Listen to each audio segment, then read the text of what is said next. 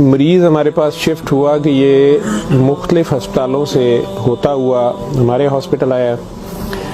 बिल्कुल सूख के वो कांटा हुआ था। 55-60 साल का वो आदमी था, बहुत ही पतला दुबला, और हमारी ज़ुबान में यूजली हम कहते हैं बोन एंड स्किन। पानी की शदीद कमी और बुरा हाल। उम्र उसकी 55-60 साल थी। जो उसके साथ एक ही लड़की थी वो 20-25 साल की थी, और वो अपने आप को उसकी बीवी बताती थी। मेरे जूनियर डॉक्टर्स ने मुझे राउंड कराया तो उन्होंने कहा जी कि ये फ़लाँ वार्ड से शिफ्ट हुआ है, इसको 4 महीने से शदीद दस्त लगे हुए हैं, ये कुछ भी खाता है तो इसको डायरिया लग जाता है, और इसके सारे टेस्ट हो गए हैं, गैस्ट्रोस्कोपियाँ, एंडोस्कोपियाँ, बायोप्सी, हर चीज़, इसे कुछ नहीं आ रहा, तशखीस नहीं है। लेकिन अब इसकी हालत इतनी बिगड़ गई है कि ये आईसीयू में शिफ्ट हो गया है, वेंटिलेशन के लिए हुआ है, और इसको कोई दवाई काम नहीं कर रही है। बल्कि मेरे एक जूनियर ने मुझे कहा कि जिस वार्ड से शिफ्ट हुआ है वहाँ की सीनियर डॉक्टर एक है, उन्होंने तंजन कहा है कि डॉक्टर साहब को एनू सूरत रमान सुनाना। तो ना तो टेस्टों में कुछ आ रहा है और ना कुछ आ रहा है। 4 माह से ऐसे है। तो जो हिस्ट्री होती है, हम जो डॉक्टर्स कॉमन चीज़ें होती हैं वो सारे पूछते हैं। तो बच्चों ने मुझे बताया, जूनियर डॉक्टर्स ने, कि ना शुगर है, ना ये नहीं, वो नहीं, फलानी। मैंने इन्हें कहा कि इसका एड्स का टेस्ट करा लें। तो बच्चों ने कहा कि जी पिछले साल इसका एड्स का टेस्ट मेयो हॉस्पिटल में हुआ था, तब भी इसको इसी तरह डायरिया लगा था और वो नेगेटिव है, और लेकिन पिछले साल फिर ये डायरिया ठीक हो गया था 2-3-4 माह के बाद, फिर ये बहुत बेहतर हालत में हो गया था। लेकिन अब फिर इसको 4 माह से ये है, और अब इसकी ये हालत हो गई। अब ये बेहोश था, वो खैर वेंटिलेटर पे चला गया, लेकिन मैंने फिर भी उसका एड्स का टेस्ट भेज दिया कि ये भेजो उसका।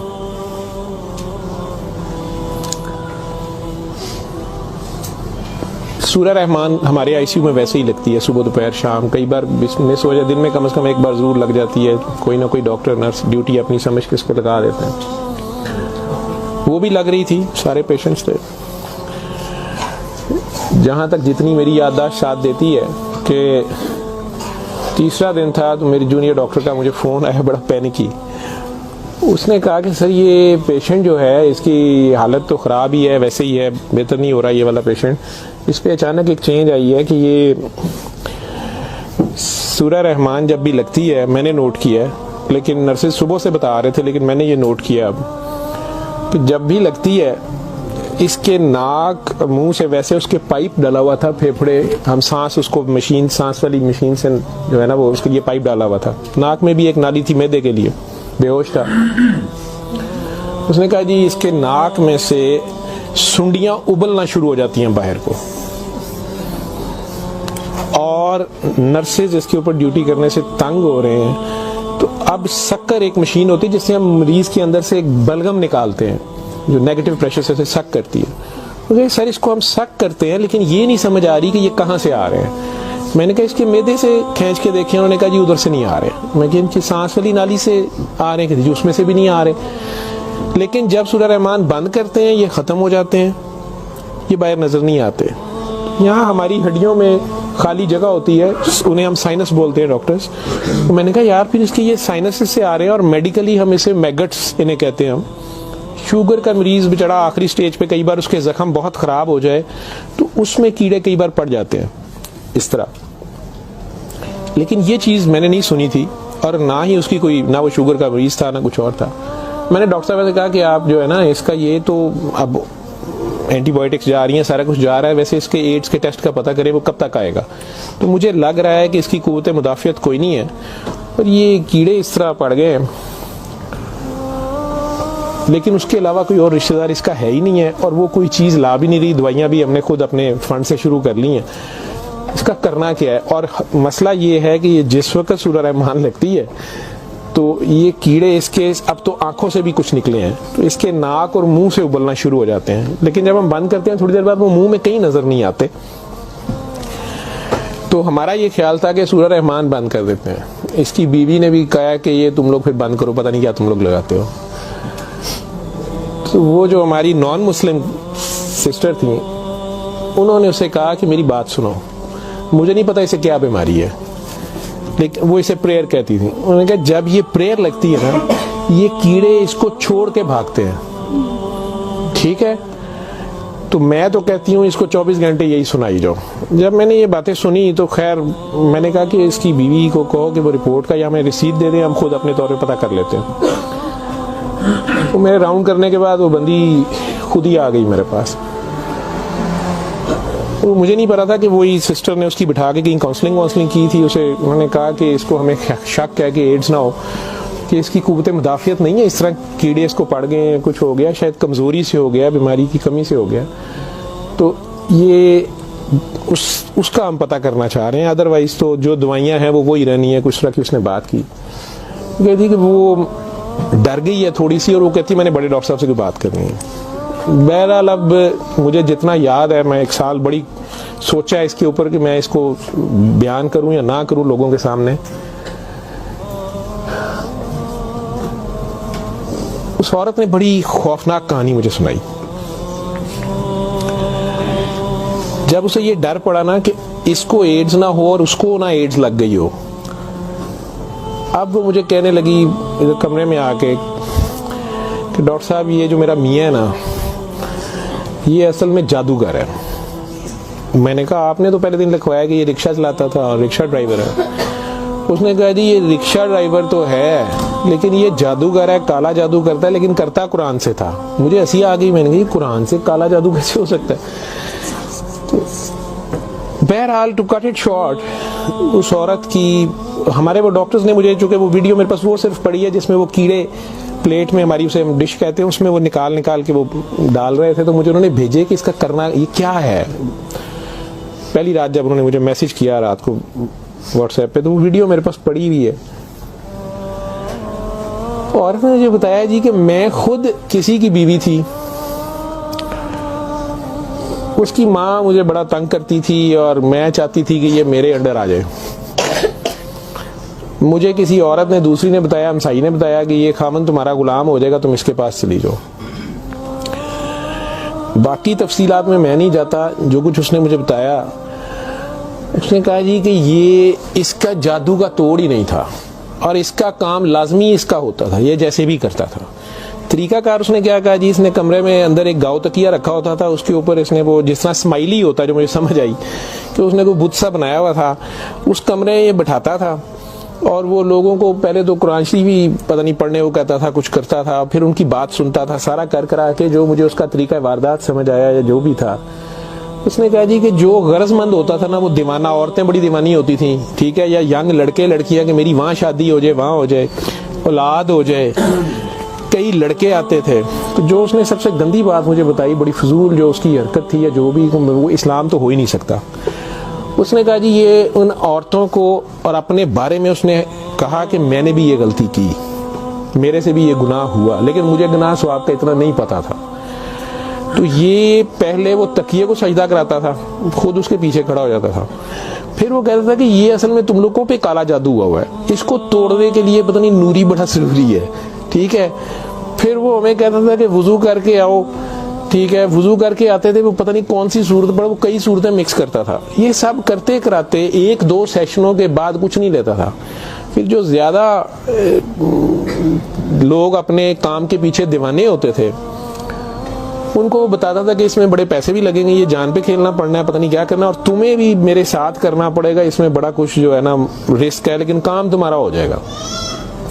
वो जो भी उसकी कहानियां थी, जो उसको बाद में किसी और वजह से पता चली, जो मुझे वो बता रही थी कि जी ये औरतों के साथ भी और यंग लड़कों के साथ या मर्दों के साथ भी गलत काम करता था, फिर उन्हें अपना गंद खाने पे मजबूर करता था, फिर उन्हें पता नहीं कौन से कोई आयत बनाई हुई थी या कोई नाम था पता नहीं क्या, कि अरबी के जी ये पढ़ के ना तुमने ये मिक्सचर जो है ना, ये हंडिया पकाते हुए थोड़ा सा बीच में गंद डाल देना है और अपने खामन को खिला देना है, या उस लड़की को खिला देना है, या उसको खिला देना है।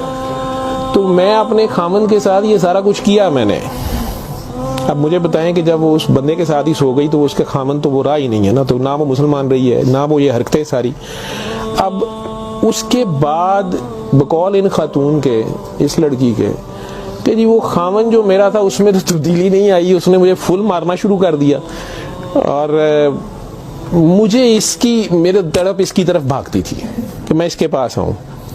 तो फिर मैंने इसके पास वैसे आना शुरू कर दिया कि मैंने तुम्हारे साथ शादी करनी है, मैंने उधर से तलाक लेनी है, मैंने ये करना है वो करना है। तो मैं उन्हें बताए बगैर इसके पास आ गई।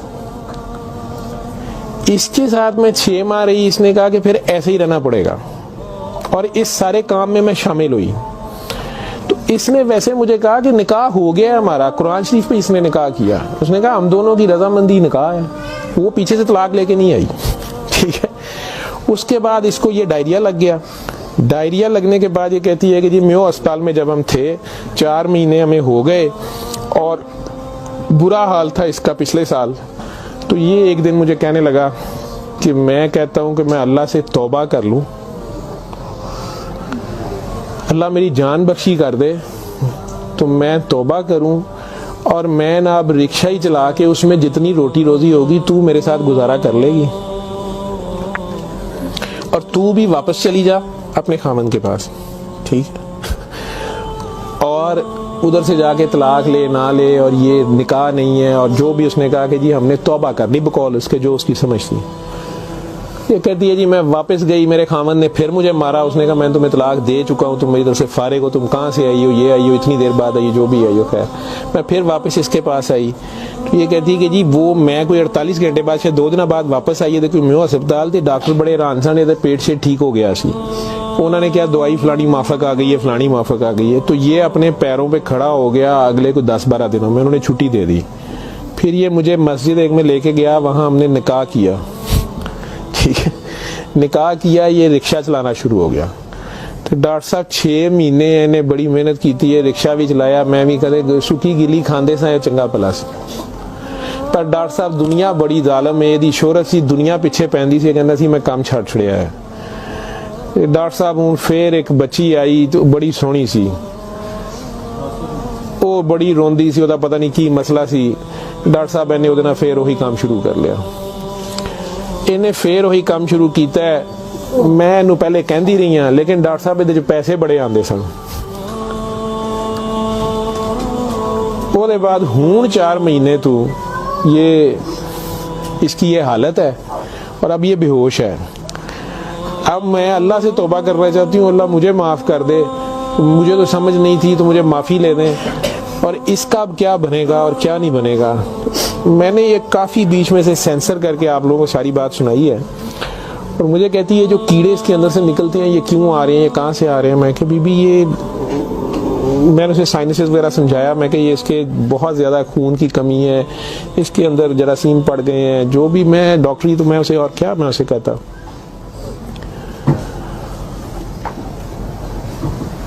और उस वक़्त सारी बात सुना के तो उसने वो रिपोर्ट अंदर से निकाली, और मुझे कहती है जी ये रिपोर्ट में तो इसको HIV की रिपोर्ट थी कि जी वो उत्थे रिपोर्ट वाले मैनू कहा है कि डॉक्टर साहब फौरन जाके दिओ, तो तुसी वो लैबोरेटरी में कहीं पूछती रही। तो उन्होंने कहा जी तुसी उत्थों जाके पूछो।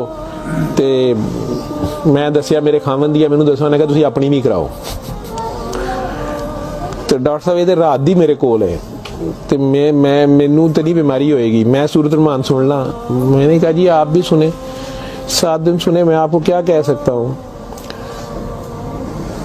1 दिन वो और जिंदा रहा, बंदा मर गया। आखिर तक उसके कीड़े वो आते रहे उसी तरह। जब भी वो सूरह रहमान लगती थी वो ऐसे होता था जैसे उबलते थे बाहर को, नाक से उसके, मतलब वो 1-2 नहीं होते थे कि जिन्हें आप पकड़ के साइड पे कर दें।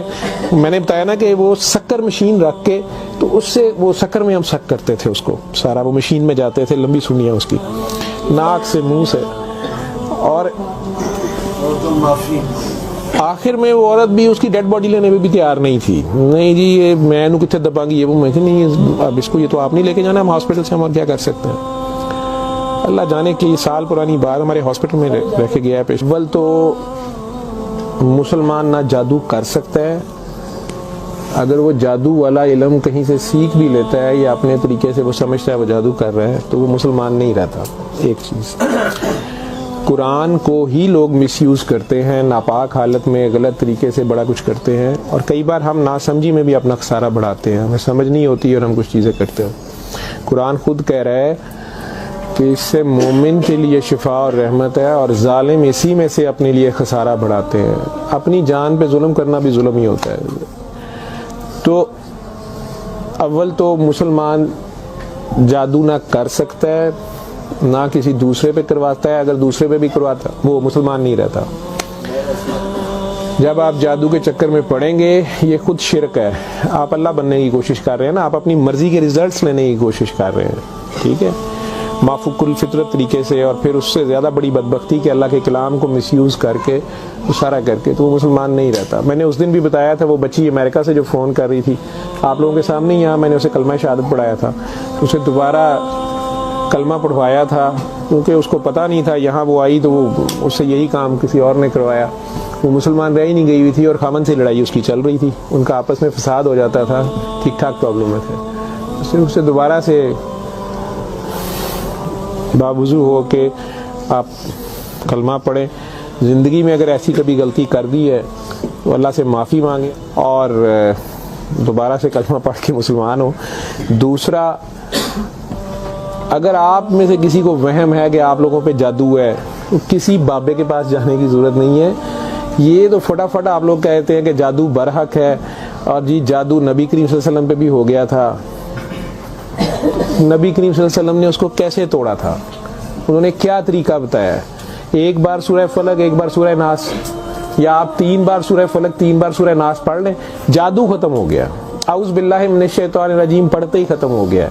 वैसे तो मुसलमानों पे तो होता ही नहीं है। मैंने सूरह मोमिनून की 89 आयत बार बार रेफरेंस दिया है, मैं किसी बहस में नहीं मजहबी में पढ़ना चाहता। अल्लाह बड़े वाज़ेह तरीके से उसमें बता रहे हैं कि इनसे पूछो, सूरह मोमिनून में 84 से 89 तक, इनसे पूछो कि आसमान और ज़मीन का मालिक कौन है, ये सारा कुछ किसने बनाया, ये फ़ौरन कहेंगे अल्लाह ने। इनसे पूछो तुम्हारी ज़िंदगी और मौत का हर चीज़ कौन फनी, कहेंगे अल्लाह ने। फिर इनसे पूछो फिर तुम कहाँ से जादू कर दिए जाते हो, जब हर चीज़ का मालिक वो है तो फिर ये जादू तुम लोगों पे कहाँ से हो जाता है? ये हमारी अपनी सोच में होता है। 99% लोग तो साइकी के मरीज़ बने होते हैं, और ये असल में आपस की नफ़रत होती है।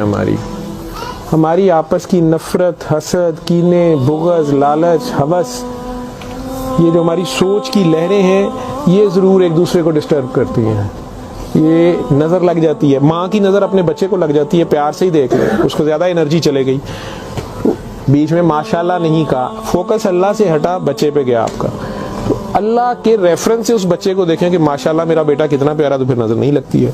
ये बातें आपको समझाई गई हैं कि फोकस आपका अल्लाह रहे। नाउज़बिल्लाह नाउज़बिल्लाह नाउज़बिल्लाह, कई बच्चे मेरे साथ ज्यादा प्यार से जब ज्यादा चलते हैं, आप अल्लाह है, नाउज़बिल्लाह मैं अल्लाह कैसे हो सकता हूँ?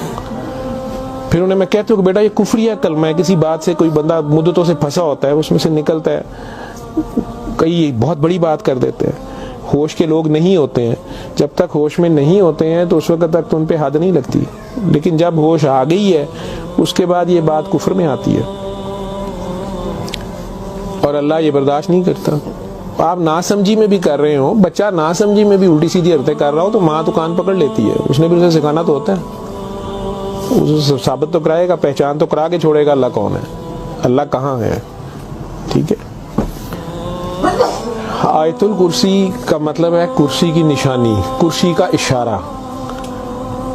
ठीक, जब आप खौफ की हालत में हैं तो वो पढ़ लें, या आपको लगता है कि हमें कोई मसला ना हो तो पढ़ लें। तो उसका मतलब ये नहीं है कि वो आयतुल कुर्सी के लफ्ज़ या आयतुल कुर्सी के वो आपकी हिफाजत करते हैं। उसका मतलब क्या है? अरब्स को तो पता चलता था पढ़ते हुए कि वो क्या कह रहे हैं। तो वो सारी अल्लाह की हम्द और अल्लाह की शानें बयान हो रही हैं। तो कुर्सी की बात हो रही है कि कुर्सी ज़मीनों आसमान पे हर तरफ वो है, तो असल में तो कुर्सी वाले की बात हो रही है। तो जो कुछ करना है कुर्सी वाले ने करना है। तो अगर कुर्सी वाले से आपका ध्यान हट गया, ठीक है, तो आप कुर्सी की पूजा शुरू हो गए, तब भी फंस गए।